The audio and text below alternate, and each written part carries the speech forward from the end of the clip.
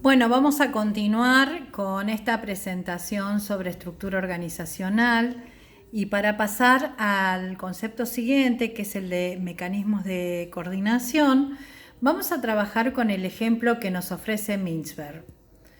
La señora Raku elaboraba cacharros de alfarería en el sótano de su casa. Esto implicaba un número de tareas diferentes: preparar la arcilla, formar los cacharros, labrarlos cuando estén semisecos, preparar y aplicar barnices y coser los cacharros en el horno. La coordinación de todas estas actividades no presentaba ningún problema. Ella hacía todas por sí misma. El problema fue por su ambición y por el atractivo de sus cacharros. Los pedidos excedieron su capacidad de producción. Por lo tanto, contrató a la señorita Bisque, quien estaba ansiosa de aprender la elaboración de cerámica. Esto significó para la señora Raku la necesidad de dividir su trabajo. Las tiendas de artesanía deseaban que los cacharros hechos por la señora Raku. Se decidió que la señorita Bisque prepararía la arcilla y los barnices, mientras que ella haría el resto. Todo esto requirió una coordinación de trabajo, un pequeño problema en realidad, con solo 2 personas en el estudio de cerámica. Ellas simplemente se comunicaban de modo informal. El acuerdo funcionó bien, así que antes que transcurriera mucho tiempo, la señora Raku se encontró de nuevo desbordada de pedidos. Se necesitaban más auxiliares y esta vez, previendo el día en que ellos llegarían a elaborar sus cacharros de alfarería por sí mismos, la señora Raku decidió contratarlos entre los graduados de la escuela local de cerámica. De esta forma, mientras que entrenar a la señorita Bis, que había llevado algún tiempo, los 3 nuevos auxiliares conocían exactamente lo que hacer desde el principio y encajaron perfectamente bien. Aún con 5 personas, la coordinación no suponía ningún problema. Sin embargo, cuando se incorporaron 2 nuevos auxiliares, los problemas de coordinación comenzaron. Un día la señora Bisque tropezó con un balde de barniz y rompió 5 cacharros. Al día siguiente, la señora Raku abrió el horno y se encontró con que los tiestos allí existentes habían sido pintados todos de una forma errónea. En este momento, ella se dio cuenta que 7 personas en un pequeño estudio de cerámica no podían coordinar su trabajo mediante el simple mecanismo de comunicación informal. Para hacer las cosas peores, la señora Raku, que ahora se titulaba a sí misma presidenta de Cerámica S.A., tuvo que pasar más y más tiempo con los clientes. En aquellos días era mucho más corriente verla bien vestida que con un traje de faena. Por tanto, se designó a la señorita Bisque directora de estudio con la misión de ocuparse plenamente de la supervisión y coordinación de los 5 trabajadores de alfarería. La empresa siguió creciendo, nuevos importantes cambios se sucedieron cuando se contrató a un analista de tareas, quien recomendó que cada persona realizara solo una actividad para las líneas de productos: cacharros, bandejas, tiestos, animales de cerámica. La primera amasaba, la segunda daba forma, la tercera labraba. Por lo tanto, la producción se estructuró en 4 líneas de proceso.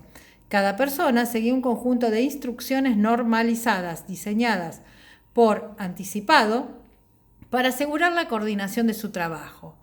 Desde luego, Cerámica S.A. dejó de vender a tiendas de artesanía. La señora Raku solo aceptaba pedidos en grande, la mayoría de los cuales procedían de cadenas de grandes almacenes. La ambición de la señora Raku no tenía límite.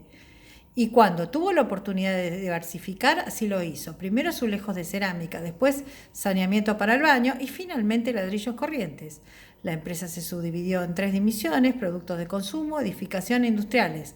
Desde su oficina del piso 55 de la torre de alfarería, la señora Raku coordina las actividades de las divisiones, revisando los resultados cada trimestre y actuando personalmente cuando las cifras de venta y de beneficios descendían de las presupuestadas. Un día, mientras sentada en su escritorio examinando los presupuestos, echó una mirada a los rascacielos circundantes y decidió cambiarle la denominación de su compañía: Cerámico.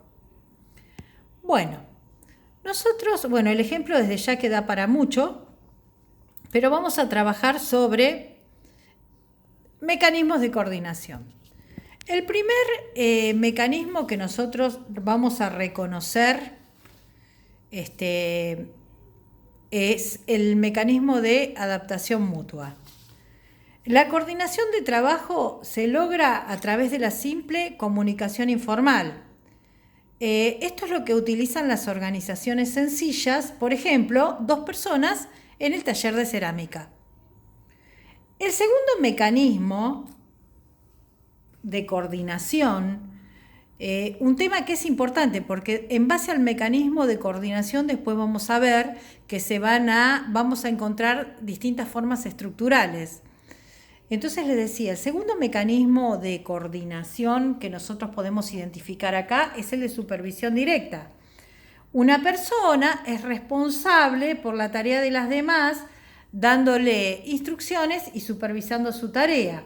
Por ejemplo, el caso de cuando se incorporan personas que son supervisadas por la señorita Bisque, en el caso de Mintzberg que recién veíamos. Después ya pasamos a normalización de procesos, normalización de resultados y de habilidades. La coordinación se normaliza, es decir, se incorpora un programa de trabajo y eso reduce la necesidad de comunicación. Por ejemplo, las 4 cadenas de montaje de cerámica es una normalización de procesos. La normalización de resultados es cuando se especifica a qué resultado se quiere llegar. Y la normalización de actividades, el trabajador ingresa con una preparación previa adquirida con anterioridad a vincularse con la organización. Y es lo que hace la señora Raku cuando contrata estudiantes de la escuela de cerámica. Lo mismo que hacen los hospitales cuando contratan médicos. Es así como un cirujano y un anestesista apenas necesitan comunicarse gracias a la preparación previa. Ya sus habilidades fueron normalizadas y son las que se van a ocupar de la coordinación.